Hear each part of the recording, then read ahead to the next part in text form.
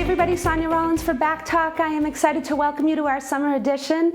I am a foodie, if anybody doesn't know this. I think most of you do, given all of the different places we've been with BACC Talk. And thank you to BACC for coming along with us and showing all the great restaurants we have in town. It's been 4 years since Burlington Area Chamber of Commerce has had their taste.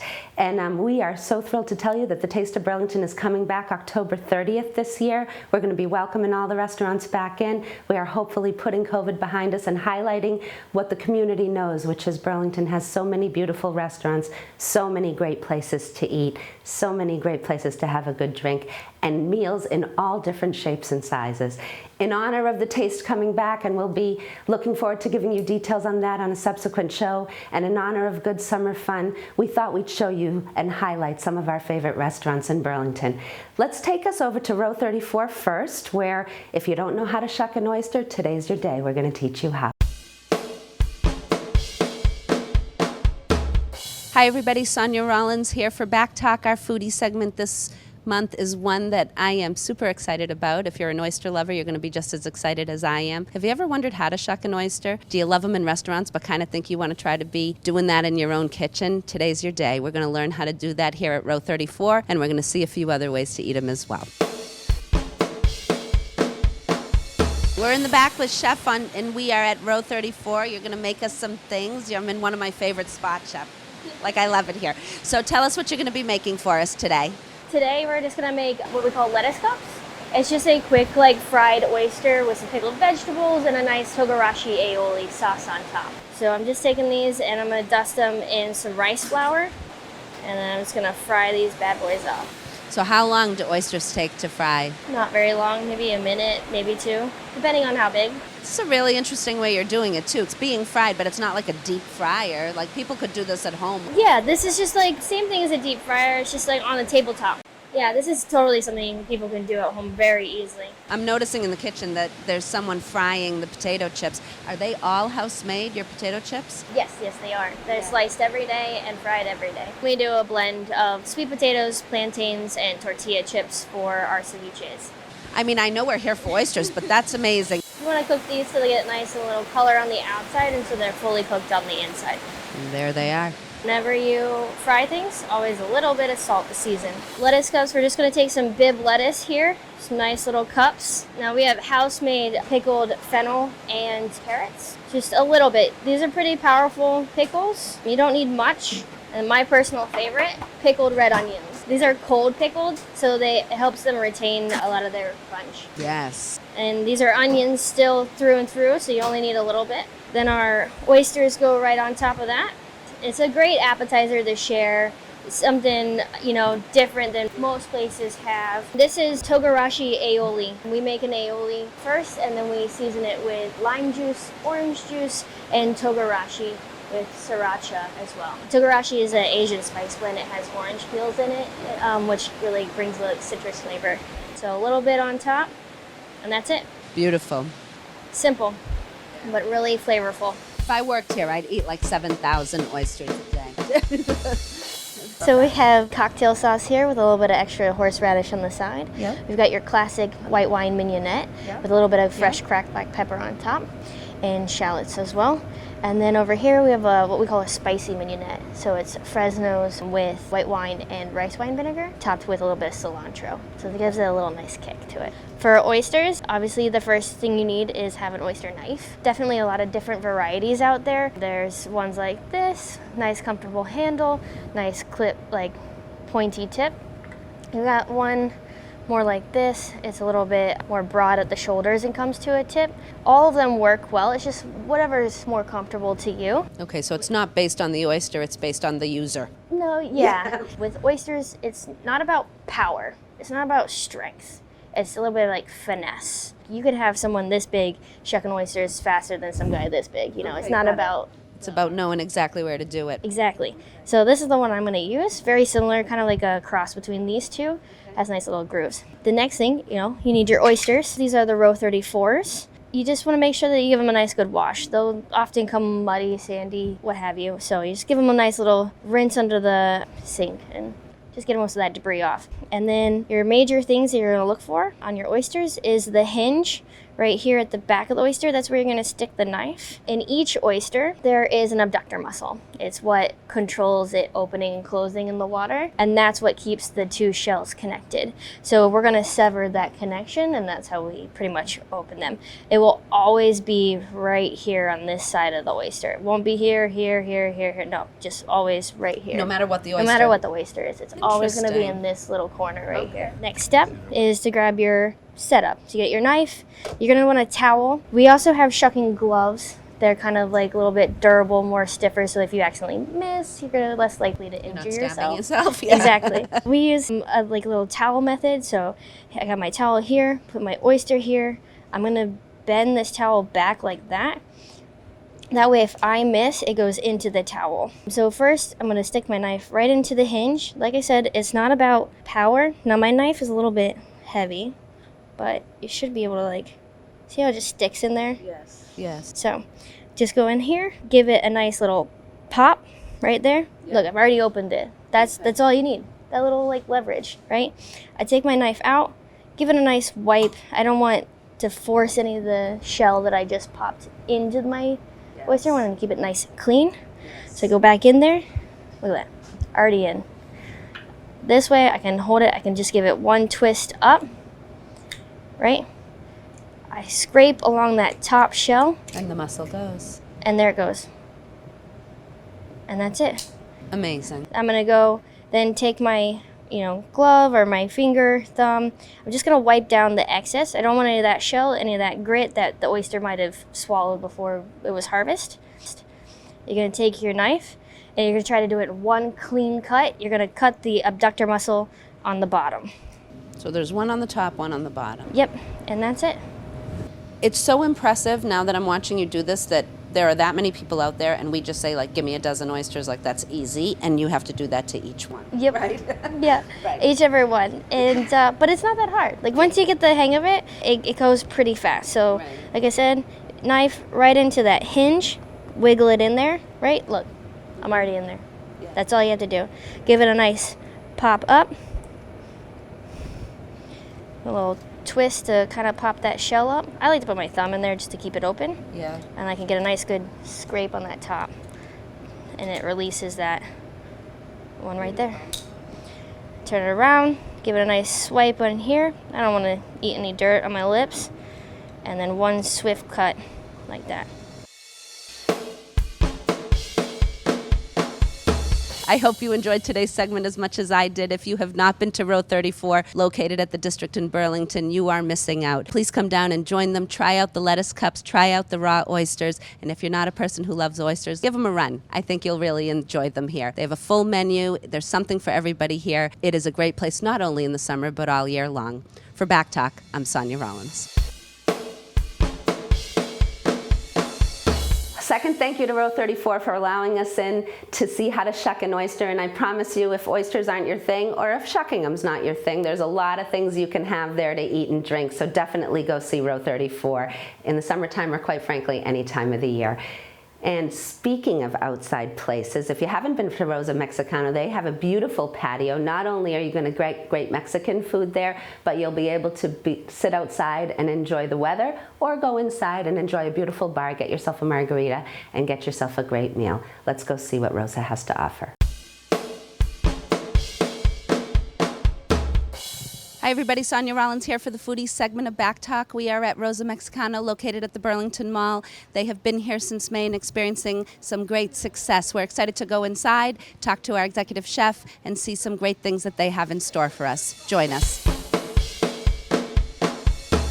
If you'll tell us what you're making for us today. So today we're making our camarones al mojo de ajo. It is a shrimp dish that's made with a little chorizo. As well, we make a little chile guajillo done in a garlic butter sauce with fideos, which is a Spanish-style pasta. All right, so we'll start by getting the pan hot. Okay. Put a little oil in that pan. So oil gets nice and hot. We're gonna go with our shrimp. We really only want to sear the shrimp on one side. You know, I think sometimes people overcook shrimp. That's exactly why. Yeah. So we'll only cook one side of it, because in the end, we'll finish cooking them within the sauce. I see. We'll also go with a little bit of butter in the beginning. And then to start developing the flavors, we'll put our chorizo in. Beautiful. You see how the fat from the chorizo started to come out and give it a little bit of color? Yeah, so it gives it the color and I assume the flavor, like you were saying. So this is really starting the base for the sauce. All right, now pull this off the heat. Off comes the chorizo. Off come our shrimp, only one side. Yes, because you said it will finish cooking when the sauce Correct. goes on it. Okay, and now we'll start building our sauce. To this, we'll add some chopped garlic. This is chile guajillo. It's a very mild, kind of raisiny flavored pepper that we use in Mexican cooking. It's kind of the heart of all red sauces. And this is our fideo. The fideo is a little nest pasta that very similar to angel hair. So we want to brown this garlic a little bit to start the flavor. In goes our pasta. We'll use 2 nests for this. Crush them up so they cook well. Back on the fire, we'll just toast this pasta up with that garlic and those chilies. So you can smell that garlic starting to get nice and toasted. Deglaze a little white wine. That white wine will bring a little acidity to the dish. And now that that's dry, this is lobster stock. We'll put about 9 ounces of lobster stock in here. And then this will start cooking the pasta. So we'll start by adding in a little butter, because after all, it is a butter sauce. And we'll add butter a couple of times throughout the cooking process. So it's interesting to see this, chef, because people would imagine that these sauces are made in bulk, but really you're making them for the dish? Yeah, so that's a really good point. This particular sauce is made a la minute, which means we're making it right now. The reason we're doing this is because you got to cook the pasta now as well, right? So the pasta will be at the right cooking level that we want it to, but it'll also absorb all those flavors of that stock. Every customer gets their own pan for this dish. But if you can see, the sauce is starting to get a little bit thick, and that's through the reduction as well as the addition of the starch from the pasta. So to finish this, I'm gonna just give it a touch more of stock, those final couple of knobs of butter. And then to this, we'll put back our shrimp so they can finish cooking, just the right amount. Our chorizo. Yeah, it's a one-pot dish, quite simple. You see how the colors come out from the chorizo, the guajillo, and the lobster stock. Really a seafood lover's dream. Kind of a dish that I made out of memories of my childhood. Really? Fideo was always a staple. The pasta that we're cooking here was always a staple in my house. I had need for a shrimp dish somehow, and I wanted to make fideo, and it just came to me how to marry the two together, and it's just really a beautiful dish that resulted from that. Yeah, that's fantastic. All right, we're good to go here. So to plate this guy, I just kind of like to pour it all right out on the plate, right to the center of the plate. And then I'll come back and arrange it nicely. We'll put the shrimp up, chorizo in between the shrimp. So to finish this, we just take a little bit of watercress that's been dressed in lime juice and a little bit of olive oil and some avocado as well. So this will give it a little bitterness to round out the sweetness from the shrimp and the lobster stock. And then we like to put some fresh diced avocado on that as well. And there you have it. It's beautiful. Camarones al mojo de ajo. Gorgeous. The Burlington Mall, the Simons property, has really evolved into an eating establishment, and each place has a unique feel to it. So talk about the unique feel that Rosa Mexicano has. Yeah, so we're really happy with the partnership that we have with Simon. This is a great property here. It's really become a culinary destination, as you know. So our brand of Mexican food, if you will, is more, the way I like to coin it, is Mexican food is the way it should be. Yeah. So we don't really delve Tex-Mex. We don't really delve, deep Mexican. We just like to serve the Mexican food that people want to eat in our restaurants. And we like to keep it as authentic as possible and sometimes a little whimsical as well, as in this dish. The food is really, like I said, rooted in Mexican food, but really approachable from any direction. One of Josefina's signatures was the pomegranate margarita that we've been serving since 1984. So this is our frozen pomegranate margarita, an item not to miss when you do come to our restaurants. We really enjoy welcoming people into this fun, festive environment because we like to say that it's a fiesta every day at Rosa. Feels that way. Yeah, it should. People come here for many different reasons, and our job really is just to entertain them, feed them well, get them a nice cold cocktail, let them have the opportunity to experience the hospitality that Mexican food and Mexican restaurants in general offer. Yes. And we like to think that we're the pinnacle of that. So Talk about the patio space that you have here. great. So we have a beautiful pergola outside Burlington Mall space, which is unique. It's covered. Yes. So it's always shady, beautiful when there's a breeze out. And really what we've seen in this property when we started was people tend to flock to the outdoors first. But it's really a nice space to come out and enjoy, dine al fresco and enjoy our food, and a great margarita out on a sunny day in the patio, you just can't beat it. You can't beat it. I love that. And your margarita, that one's your favorite, or do you specifically have? This is one of my favorites. It's always been one of my favorites for many years. Other than that, I'm a really big mezcal guy, so I would like to have a margarita made with mezcal instead of tequila. That's fantastic. And you've been with Rosa for how long? I've been with Rosa for a little over a year now. Great. When I first came in, I evaluated what we were doing, and although Rosa had a beautiful menu and direction, we really wanted to change it up to be able to make Rosa more approachable to a wider audience and a little bit future-proof. So a lot of the old dishes, the newer generations won't understand, so we kind of made it a little bit funner, made the flavors pop a little more, and introduced a lot of new items to the menu to really captivate different audiences and different groups. Fantastic. Okay, Rosa Mexicano, it's available at the Simon's property, Burlington Mall. You have patio seating in the good weather, you have interior seating here, and then you also have a beautiful bar that I assume they can get a full menu at. Oh, absolutely. We serve the menu anywhere in the building. Fantastic, Yeah. Chef. Thank you so much for having us. My pleasure. Thank you. We saw so much here today at Rosa Mexicano. I hope you enjoyed it as much as I did. There are so many different things to taste here, as well as enjoy so many great drinks here at the bar. For Back Talk, I'm Sonia Rollins. So what's better than Rosa Mexicano and having some Mexican food and sitting outside? Thank you for a second time for them for allowing us in. And a good foodie always likes to have different options. And if you haven't been to Karma, you really should head over there. Not only do they have great sushi and great Asian food, but their drink selection is outstanding. Every one of the Karmas in the Commonwealth have different flares. Burlington's has so much to offer, and let's go take a look at what they have inside Karma at the Burlington Mall. Hi everybody, Sonia Rollins with Back Talk. We are doing our foodie segment today at Karma Asian Fusion, located at the Burlington Mall, and they are experiencing great success here. We are excited to be here, and come on in. Okay, we are here with the owner of Karma. Iverson, thank you so much for joining us, and thank you for letting us into your restaurant. It's stunning. Yeah, we want to congratulate you. Welcome to Burlington, first of all. It is a great addition to the Simon property. You know, talk a little bit about why Burlington, or what triggered you to think about Burlington as a location. Very luckily, we got the opportunity from the Simons, because the Simons leasing team that come to visit one of my locations in Concord.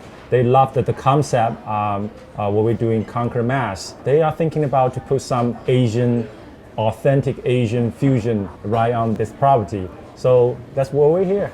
Yeah, we love it. And you know, talk about, you are an owner of 4 locations presently. Congratulations to you for that. And really, this is about an individual who owns 4 restaurants, who's really kind of built it from the ground up. So first of all, I really thank for the community. I mean, when I come to the Burlington, I feel very welcome and supportive. We really engage with the community. Yes. We are part of the community. We don't feel like we are just we want to do business here. We are serving every individual, every family in this community. Typically, Asian restaurant, it's got a lot of the takeout business, especially like holiday season, before the Christmas, before the New Year, Thanksgiving. We have a lot of takeout. But personally, I would love to have all the patrons coming to the restaurant, experience. You can see that the presentation, you can feel the vibe. We will have a DJ here on the Friday and the Saturday night. You feel it very trendy. It's a very sexy place. We have a very good product. Personally, I very care about the food ingredients. We always pick the top shelf quality, seafood, poultry, vegetable, everything. But at the end of the day, I mean, experience and memorable. I just want people to feel like, oh, I have a great birthday party at a Karma. I have a nice like anniversary at a Karma. Yes. Something they can remember. I love that, actually, because it is about a memory. Food really marries with that, doesn't it? It's like if you have a good meal, it's a good memory of the restaurant that you were in. And speaking of that, let's talk about just Karma in general. First of all, very hard to concentrate when all this beautiful food is to my right, but it's lovely. And the sushi, you're known for your sushi. I understand North Shore Magazine awarded you Best Sushi. Congratulations on that. That's not a small feat when you think about all the restaurants that are around you, so that's huge. We needed to magnify the seafood flavor itself, not using heavy sauce, not dipping like a spicy, not make it like a very heavy sauce. Cover it. We want to discover its own flavor, but on top of it, we are adding different ingredients make it unique. I personally, I don't go to the fish pier, but Yes. I have a buddy go to the fish pier every day. And we are build out kind of like a relation, a connection with the vendor. Very fortunate, we always have a good quality, top shelf seafood supplying our Karma restaurant. What is your favorite sushi? If you were going to order sushi, what would it be? There's so many good things on our menu. The best, I would say, this dish is called the Sears Old Toro with the Russian caviar, fresh summer truffle, and 24 gold leaf. It's unique. It's a very delicate, upscale looking, but the texture and the fish flavor, it's awesome. Yeah. The fish itself, it just tastes like a butter. It's a perfect fusion combination. And I wonder if you can tell me, if you wanted to give somebody a message, if you wanted to describe Karma to them, what would you say? Obviously, I would love everyone come to visit Karma because we are here. We are not just serving food. We are really wanted to give you guys the best experience, dining experience Yes. you didn't have in the past. There are so many people probably never tried sushi, but we do have a lot of cooked sushi on the menu. So, come in, try it. I hope you enjoyed today's foodie segment as much as I did. Awarded the North Shore Magazine's Best Sushi for 2021. You can see why with all of the great things that are going on inside this beautiful restaurant. Good food, great staff, first class drinks. Everything about this is just wonderful, and that's just good karma. For BACC Talk, I'm Sonia Rollins. That's another place. If you don't like sushi, you're going to find something else. There's something for everyone at Karma. Thank you again for letting us go in there and kind of see the back end of it. It's always exciting to be able to show our community what our restaurants have to offer. We are looking forward to the Taste of Burlington. We are thrilled to be welcoming it back. We are thrilled at all the great food that the community has to offer. I promise you we'll be sending out more details as we have them. But for now, mark your calendars. The Taste of Burlington is back. And speaking of back, for BACC Talk, I'm Sonia Rollins.